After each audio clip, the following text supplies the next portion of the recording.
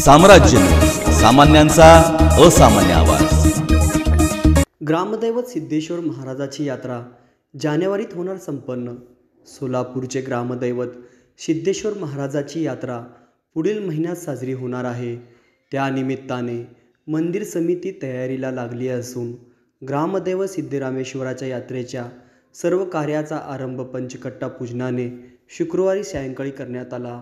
यावेळी सिद्धरामेश्वराच्या प्रतिमेचे पूजन यात्रा समितीचे चेअरमॅन महादेव चाकोते, बाळासाहेब भोगडे, ॲडव्होकेट बाबू पाटील, सिद्धेश्वर बमणी यांच्या हस्ते करण्यात आले।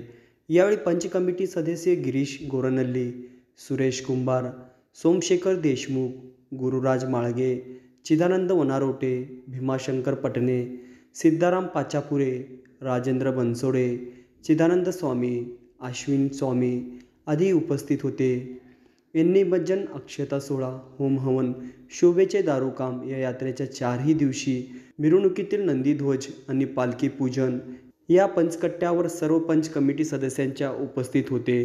पंचकट्टा पूजनानंतर यात्रेच्या सर्व प्रशासकीय कामास सुरुवात होते।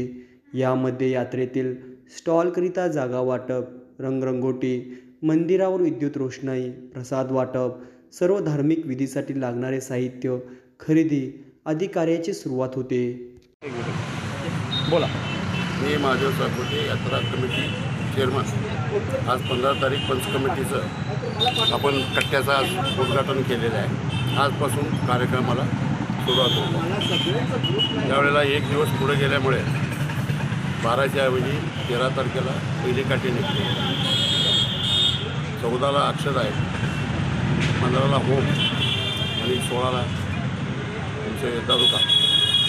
त्या सगळे प्रोसिजर करताना आम्ही प्रत्येक अधिकाऱ्यांना हे सगळे पत्र दिलेले आहेत, म्हणजे कुठल्याही कामात आपल्याला अडथळा येऊन त्यांची परवानगी घेऊन काही कामं चालू आहेत।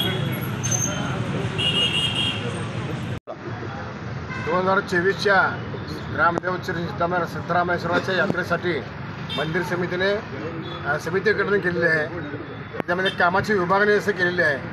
तर यात्रा कमिटीचे चेअरमन यंदाच्या वर्षी श्री महादेव चाकोते यांना नेमलेलं आहे। मिरवणूक समितीचे चेअरमन माननीय ॲडव्होकेट मिलिंद थोकडे आहेत। जागा देणार समितीचे चेअरमन भीमाशंकर पटणे आहेत। असे विविध समित्यामार्फत नेमून आम्ही यात्रेचं कामकाज करत असतो। आजच्या दिवशी संध्याकाळी 5 वाजता यात्रेच्या कार्यालयाचं उद्घाटन पूजन आपण इथं केलेलं आहे आणि यापुढे यात्रे संबंधीचे सर्व कामकाज ज्या कार्यालयातून इतर होतील। यामध्ये विविध असे शासकीय निमशासकीय परवाने म्हणा आणि जागा वाटपाचा कार्यक्रम, मानधन वगैरे ठरवणे, असं जे काही प्रश्न असतील म्हणजे यात्रेसंबंधित कामकाज असेल ते या कार्यालयातून आजपासून इथून सुरू होईल।